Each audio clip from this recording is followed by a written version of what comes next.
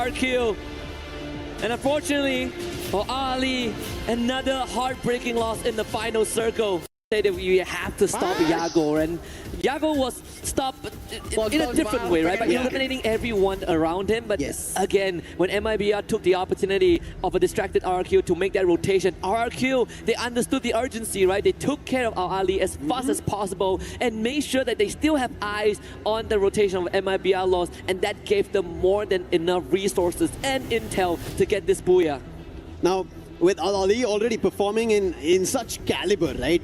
This is not a game they have to be upset about. Yes, emotions are high because everybody understands that every game is going to be crucial. Even Seven was mentioning, right? Consistency is going to be very crucial when you're in the group stages, especially if you want to make it to the grand finals directly. And I think that's what Al Ahly thinks, and that is the reason we see emotions completely high at this time, especially of a game so close to a booyah. Nobody wants to miss or mess it up, and I think it does happen. That's what RRQ, for example, the first 3 games we barely saw them. 13 eliminations was the only explanation of RRQ being in the overall ranking. But now the booyah tells that there is chances of making a comeback. You have to just reset. Yeah, I think at the end of the day is how you kind of finish the run, right? There's still chances left, and speaking of chances, we're going to give this team some room to take a breather and readjust themselves for the upcoming game. So don't go anywhere, stay with us, we've got more to come.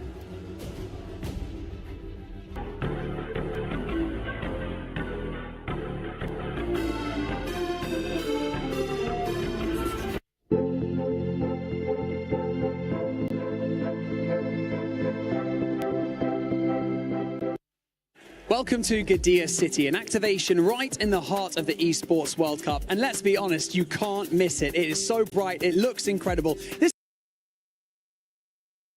activation, we have VR, we have consoles, and we have simulators that you can take part in. It's so much fun. If you're going to the Esports World Cup in Paris, make sure you come down here. And my friend Luti is over here, my stunning co-host. How are you feeling?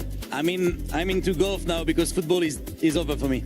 Oh dear, let's not talk about it anymore. Let's see how accurate you can be in this golf simulator. If there's one thing that I know, it is being a dad, gaming, and golf. And so this is my third one. Let's see your accuracy on this one. 82.3%. Luti, let's see if I can beat you. I hope for you. I hope for you. Okay, Barney, basically now it's your turn. And in life you are doing 2 things.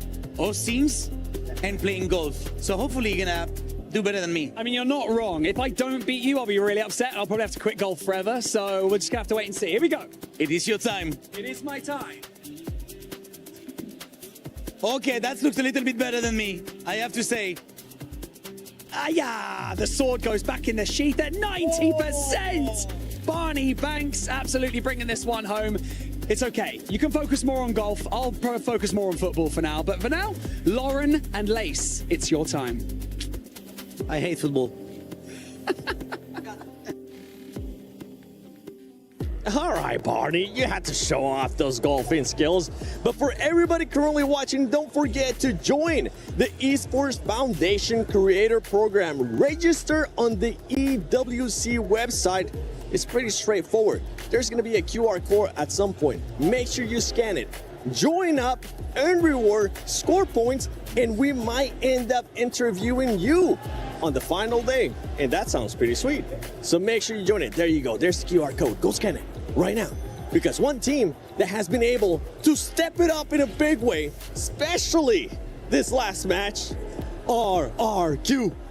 RRQ Conchita. It's about time. Honestly, it's about time. And yeah, we still have 2 more games to go, right? So this is actually a good way for them to reset, to find that rhythm, to find that, I don't know, bond that they're finally showing. And again, like I said, Mal turned out to be the saving grace of the last game for RRQ, I think. Yeah, exactly. I mean, Miles is one of those that at this point, I think even the pressure is not facing him anymore. Yep. Because there's so many times in the previous competition when he's going solo, he will just be going down that quickly. It did happen a few times from the earlier games, but now because he's the one who's bringing that energy to the table right now, I think there's a lot more that we can see from RRQ. Please don't talk to me about RRQ. Oh no, They heal lows. Girl. No, honestly, Carol, I was concerned because I really thought that it was going to be another booyah for MIBR. I was like, enough! It would have been the third one. Yes, Remember, the third at one. the I know, beginning right? of Group B, I asked, can anybody maybe mimic what Buriram? And we were saying it, honestly, in a joking manner. Because nobody expected to see what happened in Group A here in Group B. And Carol, first of all, thank you so much for joining us. The fact that that squad got so close, Brazil in Group B, they're looking good. Oh my gosh, they are doing an amazing here at the EWC. And the funny thing is that during the grand finals in Brazil for FreeFire World Series, Brazil, they were almost the champions. The thing is, the format, the champion point, didn't give they the opportunity to have their final booyah and go for the win. I think But that's they were why, the best team of the day. I think that's why we're seeing them just go after those wins. They want to make sure that when they go to the finals, they're going to be ready to get those booyahs. Because right now, it's working out for that squad. One squad, honestly, consistency. We were talking about it earlier, and we're seeing it once again here, not only with the step up of RQ, not only with the performance of Brazil, Ali. Oh, Neptune.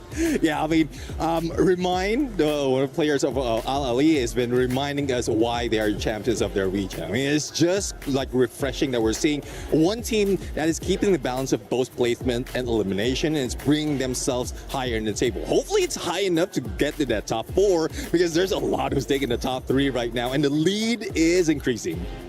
Yeah, but one thing that I did realize post-match was that there was an obvious tension at the Al Ahly table. Maybe there was some sort of miscommunication. Maybe there was a couple of bad calls between the players. So that's something that they really got to watch out for, because consistency, it has something to do, obviously, with chemistry. So we have still 2 games left today, and yeah, let's see how they handle the stress now. It happens, right? You don't want to see teammates starting to maybe not go the same path in the first day. To save that for the last day. Actually, don't even save that for the last day, because then that will be finals.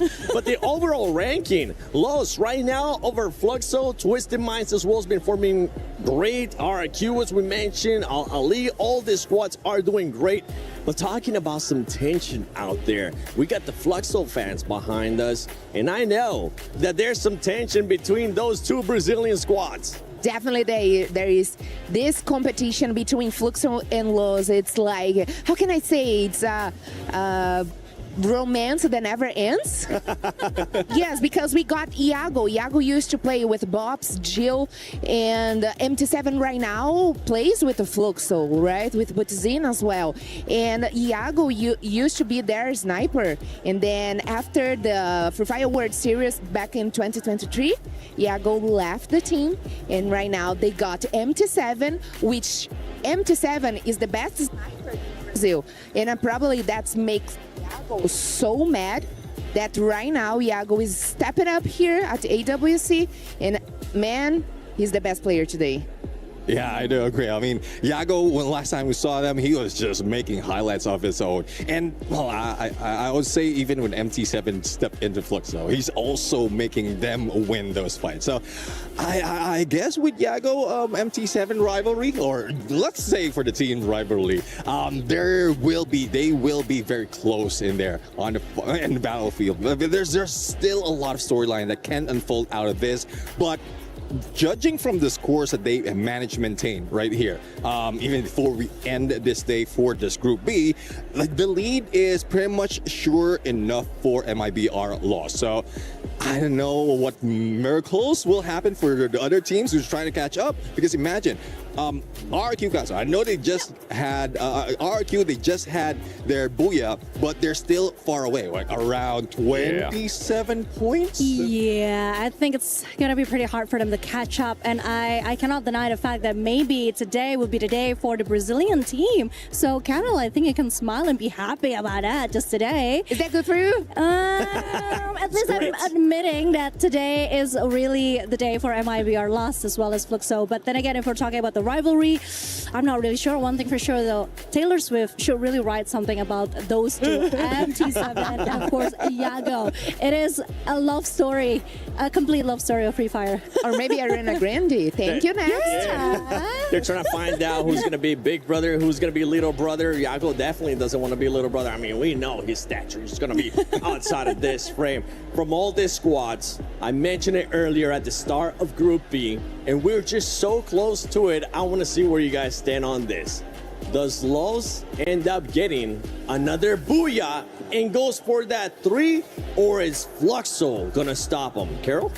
Man, I think Los is stronger today, so probably I would say they would go for definitely for the 30 Booyah. And one thing very specific about Fluxo is like they got this nickname in Brazil, the boogeyman of indie game, because they only go for indie game. What they are doing here today, going for eliminations, get more points for eliminations, that's not something they used to do in Brazil, because we like to say they do like skinny booyahs. Oh. Because it's booyahs with not a lot of eliminations, you know? So it's surprising to see Fluxo have this kind of performance here today, but definitely Los look stronger. Hey, I like that input. Now, quickly, Neptune, is it going to happen or is it not going to happen? I don't know, because so far for Fluxo, they did manage to get in the top 2 without any booyah, but if they can steal it away from MIBR Loss and equalize it like 2-2 before the final, by the end of this day, then there's a lot of things that can happen